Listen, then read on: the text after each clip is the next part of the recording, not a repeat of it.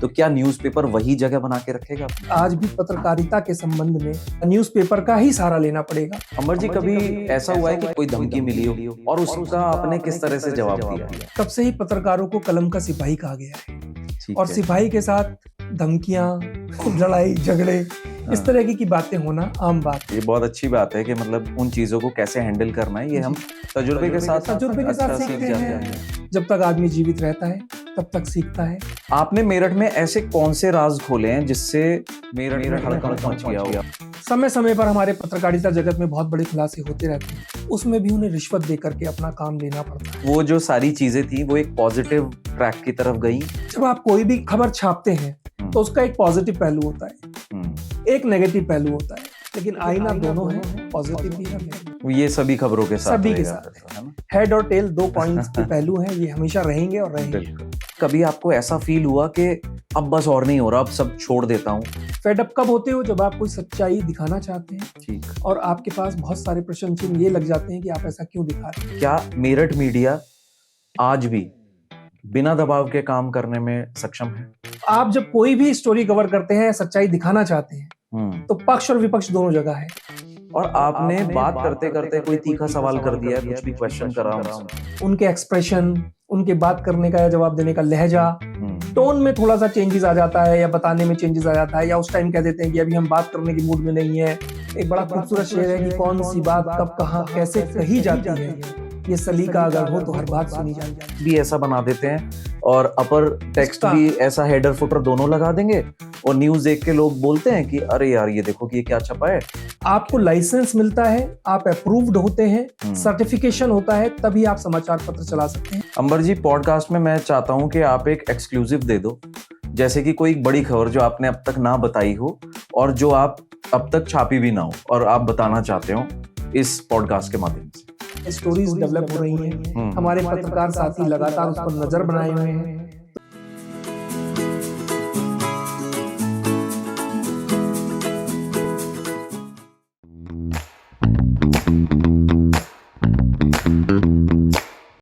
नमस्कार दोस्तों, मैं हूं प्रत्यक्ष गुप्ता और आप सुन रहे हैं दिशा स्टोरीज। आज हमारे साथ जुड़े हैं एक ऐसे शख्स जिन्होंने मीडिया, कॉर्पोरेट और कम्युनिकेशन तीनों ही क्षेत्रों में अपनी एक खास पहचान बनाई है। हम बात कर रहे हैं अंबर दीक्षित जी की, जो मेरठ मीडिया और इंडिया टॉक्स के चीफ एडिटर हैं। कानून और कॉमर्स की पढ़ाई के बाद इन्होंने एमबीए और मास कम्युनिकेशन एंड जर्नलिज्म जैसे विषयों में भी गहराई से अध्ययन किया। अंबर जी के पास 20 वर्षों से भी अधिक का अनुभव है। टेलीकॉम कंपनियां, बैंकिंग और फाइनेंशियल इंस्टीट्यूशंस में काम करके इन्होंने कॉर्पोरेट की गहराइयों को समझा है। आज हम जानेंगे इनकी प्रोफेशनल जर्नी, मीडिया इंडस्ट्री में इनका योगदान और वो अनुभव जो हमें भी कुछ नया सोचने की प्रेरणा देगा। तो स्वागत करते हैं श्री अंबर दीक्षित जी का। अंबर जी, आपका बहुत बहुत स्वागत है हमारे पॉडकास्ट पर। धन्यवाद प्रत्यक्ष जी। सबसे पहले आपको बधाई कि आपने दिशा स्टोरीज के नाम से पॉडकास्ट चैनल शुरू किया और नित्य रोज नई आप ऊंचाइयों को छू रहे हैं। मेरी तरफ से बहुत बहुत शुभकामनाएं, बधाइयां। धन्यवाद आपका। अंबर जी, एक लोकल बंदा न्यूज़पेपर शुरू करता है जहां लोग रील्स और वायरल वीडियो के पीछे भाग रहे हैं। इतना बोल्ड फैसला कैसे लिया? मतलब ये पागलपन था या एक सोचा समझा प्लान? प्रत्यक्ष जी, हम डेमोक्रेसी में रहते हैं। भारतवर्ष की खूबसूरती यह है कि ये एक डेमोक्रेटिक, प्रजातंत्र, लोकतंत्र वाला देश है जहाँ पर जनता राज करती है। और हमारे संविधान में, लोकतंत्र में इस तरह की व्यवस्था की गई है कि यहाँ पर 4 स्तंभ बताए गए हैं जो इस लोकतंत्र को लेकर चलते हैं। पहला स्तंभ हम जानते हैं विधायिका, जिसे लेजिस्लेचर कहते हैं। दूसरा एग्जीक्यूटिव, कार्यपालिका आता है। तीसरा जुडिशरी, न्यायपालिका आता है। और चौथा स्तंभ है पत्रकारिता। तो पत्रकारिता एक निर्भीक, सच्चा और सिपाही की तरह अड़कर के काम करने वाला चौथा स्तंभ कॉन्स्टिट्यूशन में दिया गया है। इसके अंदर सोशल मीडिया, वीडियो वायरल्स जो आप जिक्र कर रहे हैं वो कहीं नहीं आता। आज भी समाचार पत्र चौथे स्तंभ के रूप में जाना जाता है और इसकी जरूरत आज की भारत को है, क्योंकि जहां पर सच्चाई और निर्भीकता को दिखाने की बात आती है, पढ़ने की बात आती है, वह समाचार पत्र का अपना एक योगदान विशेष तौर पर आज भी है। इसी सोच के साथ ये शुरू किया और पत्रकारिता का आज भी मतलब समाचार पत्र है, जहां पर आप लिखा हुआ पढ़ते हैं, छपा हुआ पढ़ते हैं, जो सच दिखाता है, सच बताता है। तो मतलब आपको क्या लगता है सर, आने वाले टाइम में न्यूज़पेपर जो जगह आज बना रखी है, जैसे सोशल मीडिया बढ़ता जा रहा है, तो क्या न्यूज़पेपर वही जगह बना के रखेगा? देखिए, मैंने अभी आपको 3 स्तंभ जो ऊपर के बताए, उसमें अगर आपको सेलेक्ट होना है और अपना करियर बनाना है, तो आपको समाचार पत्र चौथे स्तंभ का सहारा लेना ही पड़ेगा। आप जितने भी जनरल नॉलेज की बात करते हैं, वो आपको सोशल मीडिया से, वायरल वीडियो से नहीं मिलती है। आज भी जो यूपीएससी के एग्जाम्स होते हैं, आज भी जो नेता बनना चाहता है, जो लेजिस्लेचर मेन स्ट्रीम में आना चाहता है, एग्जीक्यूटिव कार्यपालिका में आना चाहता है, उसे आज भी पत्रकारिता के संबंध में न्यूज़पेपर का ही सहारा लेना पड़ेगा, पढ़ना पड़ेगा। सारे सवाल, सारे इंटरव्यूज के क्वेश्चन, सारे रिटन एग्जाम्स के क्वेश्चन समाचार पत्रों में से ही निकल करके आते हैं और कहीं से नहीं आते हैं। तो इसका महत्व आज भी उतना है जितना आज से 50 साल पहले था, और आगे आने वाले 100 सालों में भी महत्व वही रहना है। वही रहेगा।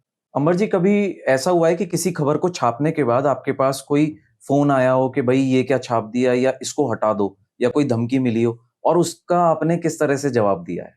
अगर आप शुरुआती दौर से देखें, जब से पत्रकारिता का उद्गम हुआ, तब से ही पत्रकारों को कलम का सिपाही कहा गया है। और सिपाही के साथ धमकियां, लड़ाई झगड़े, इस तरह की बातें होना आम बात है, क्योंकि वो अपना काम करता है और समाज को एक आईना दिखाता है।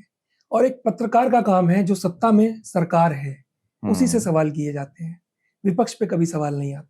जो पक्ष में बैठा है उसी पे सवाल और जिम्मेदारियां बनती है। तो अमूमन ऐसा होता है कि कोई खबर जो सत्ता के फेवर में नहीं जा रही है और आपने वहां छाप दी है, तो सत्ता के गलियारों में थोड़ी सी हलचल मच जाती है। तो कुछ तरह के प्रेशर आना, या किसी पर्टिकुलर सब्जेक्ट पर आपने कोई स्टोरी कवर की और वो किसी व्यक्ति विशेष से संबंधित है, तो आपको ऐसे फोन कॉल आना, इस तरीके के इन्फ्लुएंशियल लोगों से बात करके ये दबाव बनाना कि नहीं, इस स्टोरी को थोड़ा सा ट्विस्ट करके ट्रिकी कर दिया जाए, जो पढ़ने में थोड़ी सी अलग लगे, नाम ना डिस्क्लोज किया जाए, तो वो अमूमन ये सब होता है। बट एक सच्चे सिपाही का काम ये है कि जो सच है वो उसे दिखाया जाए। आप उनको कैसे डील करते हो उस मोमेंट? मतलब देखिए, प्रेशर आना तो लाजमी है, क्योंकि आप समाज में रहते हैं, एक सामाजिक आदमी है। पत्रकार हैं, इसका मतलब ये नहीं है कि समाज आपको जानता नहीं है।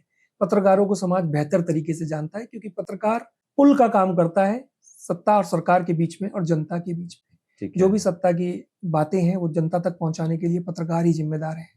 तो ये सारी चीजें, जब पुल एक काम करता है तो हैंडल करने का भी काम है। जब पुल पर वजन हो जाता है तो पुल संभालना भी उसको है, उसी को ही संभालना है। तो उसी हिसाब से पुल का निर्माण होता है। आपके जो दायित्व हैं, कहते हैं ना कि अपब्रिंगिंग हुई है, जैसे आपने सीखा है, वो बहुत महत्वपूर्ण योगदान देता है आपको स्थिर रहने में और सुनिश्चित करने में कि जो सच्चाई है वो आप जनता तक पहुंचा रहे हैं। तो दबाव और ये सब चीजें तो बाई प्रोडक्ट हैं, जब आप कोई काम करते हैं तो ये आते ही है। बिल्कुल, ये बहुत अच्छी बात है कि मतलब उन चीजों को कैसे हैंडल करना है, ये हम तजुर्बे के साथ सीखते हैं। आप जितना मंझते हैं इस पत्रकारिता के फील्ड में, क्योंकि एंडलेस प्रोसेस है, लिखना, पढ़ना, लर्निंग, आपको भी पता है कि एंडलेस है। जब तक आदमी जीवित रहता है तब तक सीखता है, और जब मर भी जाता है तो उसके बच्चे कहते हैं कि हमारे पिताजी ये करते थे, तो बच्चे उससे सीखते हैं। तो एंडलेस प्रोसेस। आपने मेरठ में ऐसे कौन से राज खोले हैं जिससे मेरठ में हड़कंप मच गया हो, और आज भी आपको ऐसा लगता हो कि हाँ, ये न्यूज छाप के या ये न्यूज बता के हमें गर्व महसूस होता है आज भी? देखिए, पत्रकारिता और एक सच्चा पत्रकार वो है जो गरीबों की आवाज, दबे कुचलों की आवाज सत्ताधारी पक्ष को बता सके, उनकी क्या परेशानियां हैं, उनकी क्या दिक्कतें हैं, सरकार तक पहुंचा करके उनका समाधान कर सके। वो एक सच्चा पत्रकार है। समय समय पर हमारे पत्रकारिता जगत में बहुत बड़े खुलासे होते रहते हैं। वैसा ही सौभाग्य हमारे समाचार पत्र को भी मिला। हमने भी एक खुलासा किया था।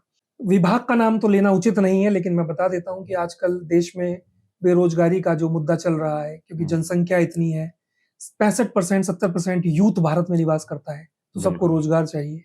सरकारी नौकरियां कम होती जा रही हैं, स्किल्ड लेबर भी कम होती जा रही है भारत देश के अंदर। तो एक बड़ा गंभीर विषय है। तो कुछ लोग जो संविदा पर कार्य करते हैं, जिस विभाग में वो कार्य कर रहे हैं या करते हैं, लगाए जाते हैं, उसमें भी उन्हें रिश्वत देकर के अपना काम लेना पड़ता है। एग्जैक्टली। तो संविदा पर कार्य वो जो कर रहे हैं, एक तो उनको तनख्वाह भी कम मिल रही है, समय पर भी नहीं मिल रही है। बड़ा बिंदु है इसके ऊपर, बड़ा दिक्कत वाला विषय है। सरकार तक पहुंचाया भी जा चुका है कई बार, और जो सरकार के आला अधिकारी हैं, जो रिस्पॉन्सिबल्स हैं, वो उस पर काम भी कर रहे हैं। बहुत हद तक कुछ रेक्टिफिकेशंस भी हुए हैं उस खबर के छपने के बाद, लेकिन अभी भी बहुत लंबा सफर बाकी है, क्योंकि हमने सिर्फ एक विभाग को टच किया।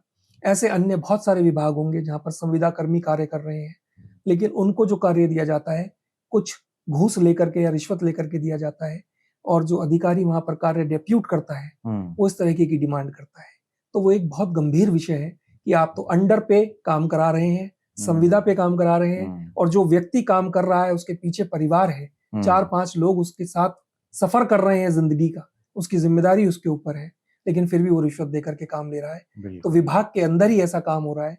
तो ये एक बहुत प्रशंसनीय विषय था जिसके ऊपर हमने आवाज उठाई, छापा, और उस विभाग ने उसे आला अधिकारियों ने सोचा भी, समझा भी, और उस पर एक्शन भी लिया, और अभी भी वो कार्य कर रहे हैं, क्योंकि लंबा सफर है, विभाग बहुत सारे हैं, जंग जारी है, कहां तक सफल होते हैं देखते हैं। तो मतलब वो जो सारी चीजें थी वो एक पॉजिटिव ट्रैक की तरफ गई।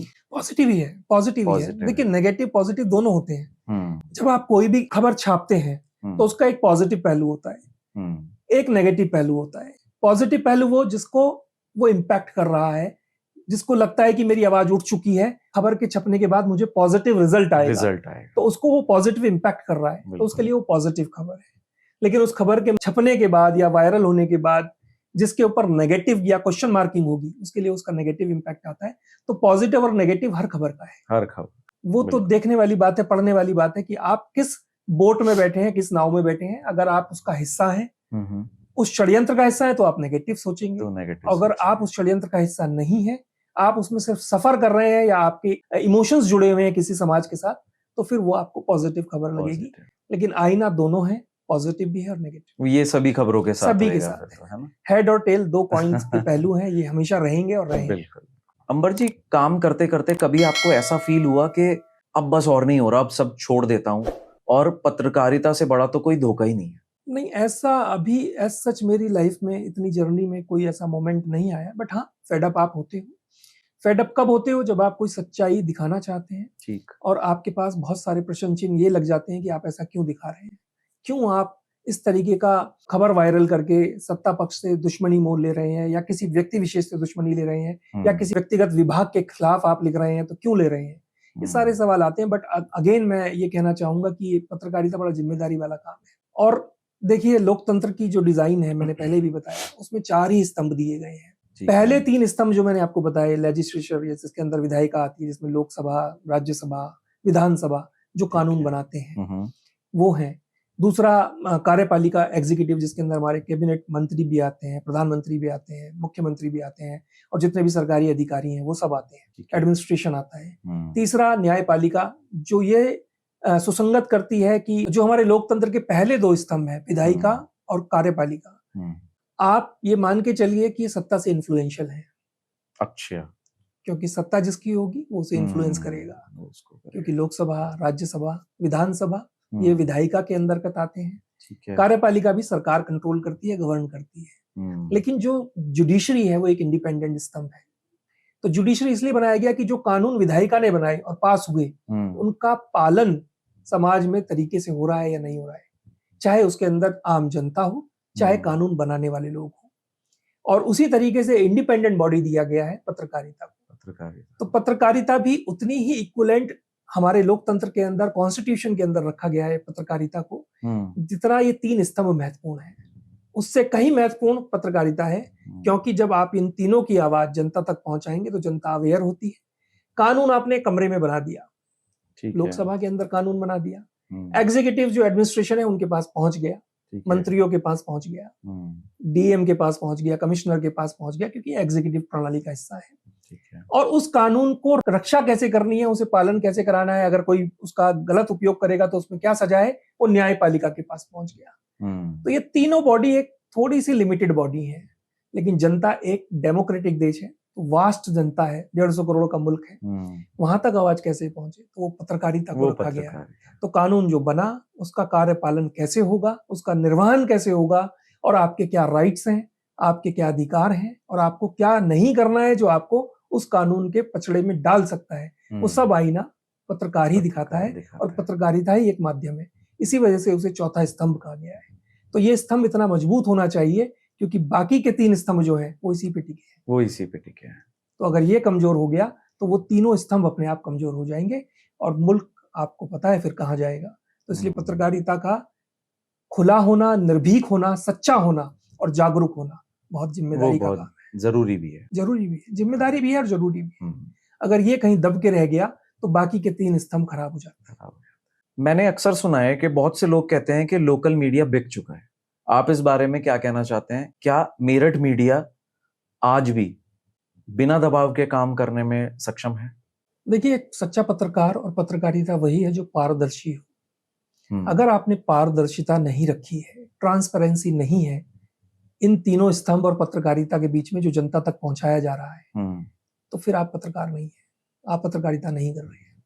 तो ये सवाल उठना लाजमी है, क्योंकि जब आप जनता के बीच में जाते हैं और सरकार से सवाल करते हैं, हम्म, तो सरकार को जो सपोर्ट करने वाली जनता है वो हो सकता है आपके ऊपर क्वेश्चन करे कि मीडिया बिक चुका है, सरकार से सवाल ऐसे करे जा रहे हैं, या विपक्ष आपके ऊपर एलिगेशन लगाए कि सरकार से सवाल नहीं कर रहे हैं, इतनी दिक्कतें आ रही हैं, सरकार से पूछ नहीं रहे हैं। तो आप जब कोई भी स्टोरी कवर करते हैं, सच्चाई दिखाना चाहते हैं, तो पक्ष और विपक्ष दोनों जगह है।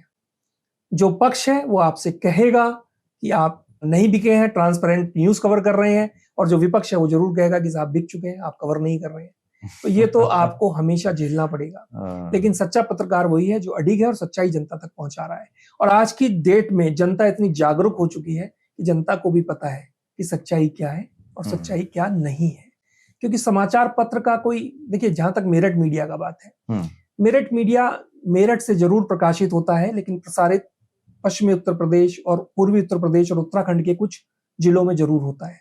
तो हमारी जो ऑडियंस है वो दिल्ली से लेकर के, और मैं बात करूं मुंबई तक, और जो हमारे को फॉलो करते हैं, हमारे समाचार पत्र को ट्विटर पे या इंस्टाग्राम पर देखते हैं, वो विदेशों में बैठकर भी फॉलो करते हैं और पढ़ते हैं। किसी भी पत्रकार के लिए संपादकीय जो होता है, या जो भी एस्पिरेंट हैं जो पत्रकार बनना चाहते हैं, मैं जरूर कहना चाहूंगा कि संपादक कॉलम जरूर पढ़े। समाचार पत्र में चाहे वो कोई भी अखबार हो, उसमें संपादक जो लिखता है, जो एडिटर लिखता है, वो उसमें सच्चाई लिखता है और अपने एक्सपीरियंस को लिखता है। तो क्या लिखना है, कैसे लिखना है, क्या पढ़ना है, और आपको पत्रकारिता जगत के अंदर अगर फ्यूचर बनाना है, तो आप अगर संपादकीय भी पढ़ रहे हैं समाचार पत्र का, तो एक आप अच्छे पत्रकार और समझदार, निर्भीक और सच्चे पत्रकार बन सकते हैं। ये मेरा आपको सुझाव है। लेकिन हाँ, पक्ष और विपक्ष दोनों जगह है। बिकना, बिकाना, छपना, छपाना, ये सब काम चलते रहते हैं, एलिगेशन लगते रहते हैं। लेकिन मेरठ मीडिया ऊपर वाले की दुआ से मैं कह सकता हूँ कि अभी तक निर्भीक रूप से काम कर रहा है, और आशीर्वाद रहा तो आगे भी सच्चाई ही छापेगा, कोई भी गलत और झूठ नहीं छापेगा। बहुत बढ़िया। मतलब ये चीज बहुत जरूरी है आज के समय में, क्योंकि बहुत से लोग बोलते हैं कि मीडिया बिक गया और ये हो गया। मतलब लोग तो देखिए कुछ भी बोलते हैं। देखिए, लोग इसलिए बोलते हैं क्योंकि लोगों का भरोसा, जहां कोई चीज भरोसे की उठ जाती है भरोसे से, तो फिर सवाल बनता है। सवाल तो बनता है, तो सवाल इस तरीके का तभी बनता है जब आप उस भरोसे पे खड़े नहीं उतरे हैं। आप भरोसे पे खड़े उतर रहे हैं तो फिर आपको फर्क नहीं पड़ता कि आपके ऊपर कौन एलिगेशन लगा रहा है। सही बात है। तो जब आप समाज में रहते हैं तो एलिगेशन को भी झेलना होगा। सच्चाई लेकिन एलिगेशन से डरती नहीं है। सच्चाई काउंटर करती है हर सवाल का, अच्छे से छपती है, अच्छे से लोग उसे एक्सेप्ट करते हैं, और आज भी सच्चाई के भरोसे ही देश चल रहा है, और ये चौथा स्तंभ अपनी जगह खड़ा है।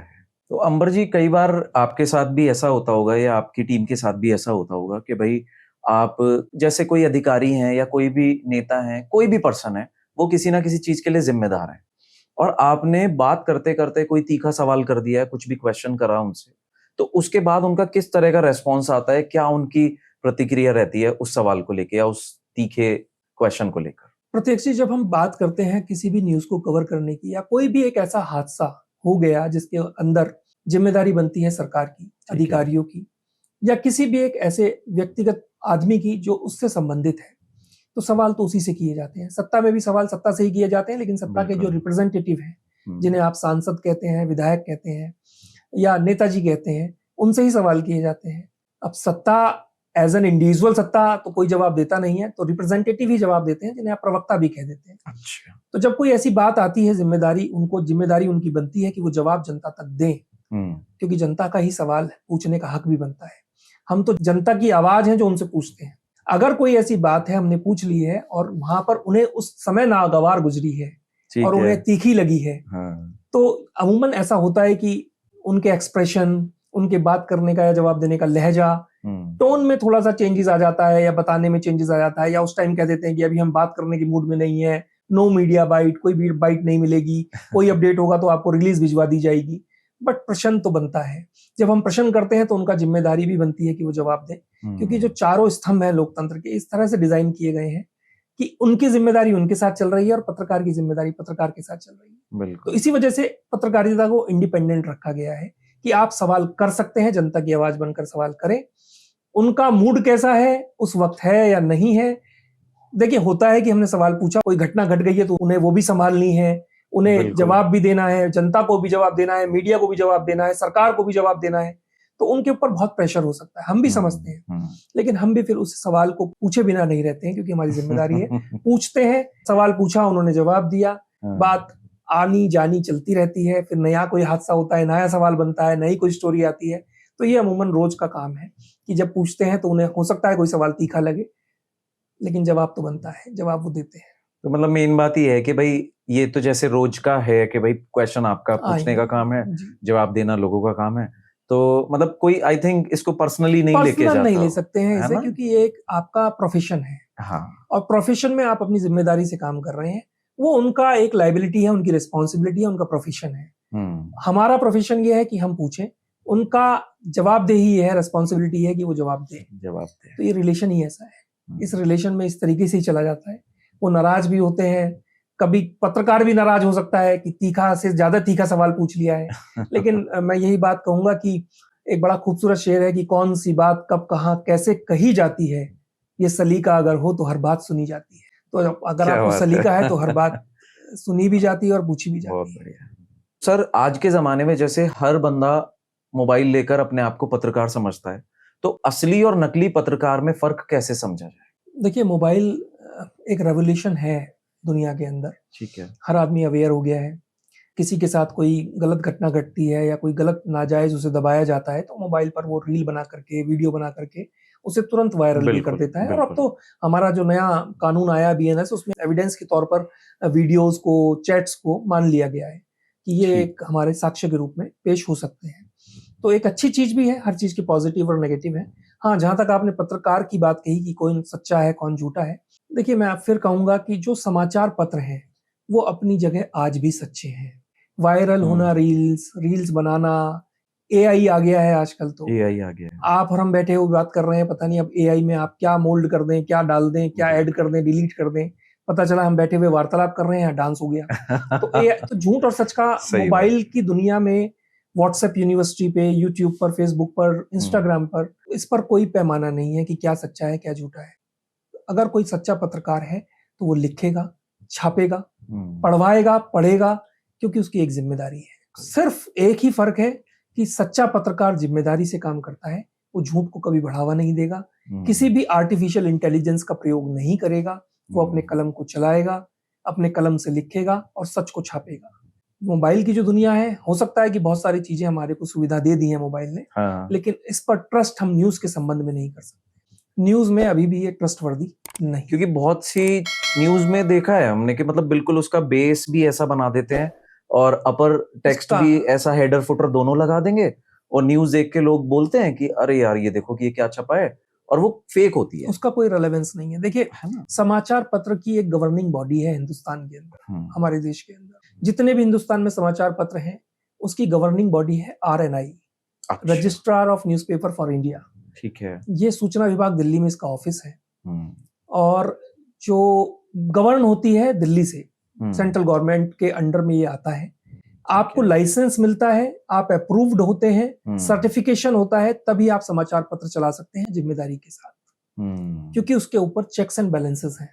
लेकिन अगर आपने कोई सोशल मीडिया पे चैनल बना दिया, कोई न्यूज चैनल बना दिया सोशल मीडिया पर, उसका कोई ना तो रजिस्ट्रेशन है, ना ऑथेंटिकेशन है, ना कोई लाइसेंस है, सब फ्री है, कुछ भी बनाएं, कुछ भी डालें, कुछ भी पोस्ट करें, उसका कोई रेलेवेंस नहीं है। तो वो पत्रकारिता नहीं है। वो तो फॉर अ मूवमेंट आपने कोई चीज कैप्चर करी, वायरल कर दी, उसी में आपने कुछ ट्विस्ट करके AI के माध्यम से या कोई एडिट करके कुछ और डाल दिया, तो वो कुछ नई चीज बन गई, तो उसका कोई रेलेवेंस नहीं है। आज भी रेलेवेंस है, तो मैं बार बार कहता हूं, क्योंकि आप जब सुबह उठते हैं तो आपको चाय के साथ समाचार पत्र चाहिए। अभी तक की पीढ़ी जो हमारी है वो भी समाचार पत्र पढ़ती है, बिल्कुल पढ़ती है, और भविष्य में जो पीढ़ी आने वाली है उसे भी पढ़ना पड़ेगा, अगर उसे कॉम्पिटिटिव एग्जाम्स को क्लियर करना है। और ऊपर की जो 3 डेमोक्रेटिक मैंने स्तंभ बताए, पिलर्स बताए, उसमें कहीं स्थान बनाना है, तो चौथे पिलर को अवॉइड नहीं कर सकते। बिना उसकी सपोर्ट के आप वो 3 पिलर नहीं चढ़ सकते, आपको समाचार पत्र को पढ़ना पड़ेगा। तो समाचार पत्र आज भी जीवित है, भूतकाल में भी जीवित थे, और भविष्य में भी जीवित रहेंगे, और उतने ही सम्मान के साथ लोग उसे पढ़ेंगे, जितना सम्मान के साथ पहले पढ़ते थे और आज भी पढ़ते आ रहे हैं। अंबर जी, पॉडकास्ट में मैं चाहता हूं कि आप एक एक्सक्लूसिव दे दो, जैसे कि कोई बड़ी खबर जो आपने अब तक ना बताई हो और जो आप अब तक छापी भी ना हो और आप बताना चाहते हो इस पॉडकास्ट के माध्यम से। प्रत्यक्ष जी, बड़ा सीधा सवाल आपने कर दिया है, लेकिन जो ये सवाल है इसका जवाब मैं आपको सिर्फ यही दे सकता हूँ कि किसी भी खबर को कवर करने के लिए एक पत्रकार की मेहनत लगती है। बिल्कुल। और अगर उस मेहनत पर वो काम कर रहा है और लगातार कर रहा है, क्योंकि देखिए कोई भी अगर आप समाचार खोलना चाहते हैं जनता के आगे, जिसे आप स्कैंडल कह देते हैं, कोई स्कैंडल खोलना ठीक चाहते है। हैं, चाहे वो किसी के भी सत्ता के गलियारों से हो या विपक्ष के गलियारों से हो, ठीक है। जब आप स्कैंडल पे काम करते हैं तो एक लंबा काम आपको करना पड़ता है, हम्म, क्योंकि ऐसा नहीं है ओवरनाइट आपने कोई स्कैंडल खोल दिया, बिल्कुल क्योंकि बिल्कुल। आपको उसकी सच्चाई, जो बातें उसके अंदर छिपी हैं, जो जनता के सामने आप उजागर करना चाहते हैं, उस पर बड़ी मेहनत करनी पड़ती है। दोनों पहलुओं पे काम करना पड़ता है कि र्यूमर तो नहीं है, कितनी सच्चाई है, कितनी नहीं है। तो कुछ खबरें हमारी ऐसी हैं, जो समाचार हम कवर कर रहे हैं, जिन पर काम चल रहा है, स्टोरीज डेवलप हो रही हैं, हमारे पत्रकार साथी लगातार उस पर नजर बनाए हुए हैं। तो ये मेरे ख्याल से आपका पॉडकास्ट अभी ऐसा माध्यम नहीं बनेगा जिस पर मैं इसे डिस्क्लोज करूं, क्योंकि बड़ी कॉन्फिडेंशियल चीजें होती हैं। क्योंकि किसी के ऊपर आप कोई कार्रवाई पत्रकारिता जगत के अंदर जब करते हैं तो बड़ी जिम्मेदारी का काम आपका बनता है, क्योंकि जिसके ऊपर आप खुलासा करने वाले हैं तो आप बिल्कुल पुख्ता होकर के ही खुलासा करेंगे, और जिस जनता के लिए आप करने वाले हैं तो जिम्मेदारी के साथ आप जनता के सामने वो सच परोसेंगे। तो उसके लिए उसकी एक कॉन्फिडेंशियलिटी, उसका एक गुप्त तरीके से काम कर चलना, वो बना रहना बहुत जरूरी है। सवाल आपका वाजिब है, लेकिन मैं अभी डिस्क्लोज नहीं कर सकता। और ये बहुत सही आंसर आपने दिया। देखो, ये चीज मैं इसलिए कह रहा हूं कि अगर कहीं चालू काम हो रहा होता या कुछ भी ऐसे चल रहा होता तो आप कुछ ना कुछ शायद बता देते, लेकिन वही बात घुमा फिरा के स्टार्टिंग वाली आ गई कि भाई जब आप सारा काम सच्चाई और ईमानदारी से कर रहे हैं और जब तक आप पुख्ता नहीं हो जाते किसी चीज के लिए, तो ऐसे कैसे बताते? क्योंकि मैंने आपसे कहा कि पत्रकार के लिए और पत्रकारिता जगत में जो भी एस्पिरेंट्स हैं, जो फ्यूचर बनना चाहते हैं, उनकी सबसे पहली महत्वपूर्ण जिम्मेदारी एक है सच्चा होना, और दूसरी महत्वपूर्ण उनकी, जो कहते हैं ना, दो टांग पर इंसान चलता है, तो पहली टांग उसकी है सच्चाई और दूसरी है जिम्मेदारी। अगर आप जिम्मेदार नहीं हैं और सच्चाई के साथ काम नहीं कर रहे हैं तो हो सकता है कि आप कुछ मंजिल पा लें, लेकिन बहुत लंबा सफर नहीं कर पाएंगे। बिल्कुल। तो अगर आपको लंबा चलना है तो निर्भीक होकर के, सच्चा होकर के और जिम्मेदारी के साथ होकर के चलना पड़ेगा।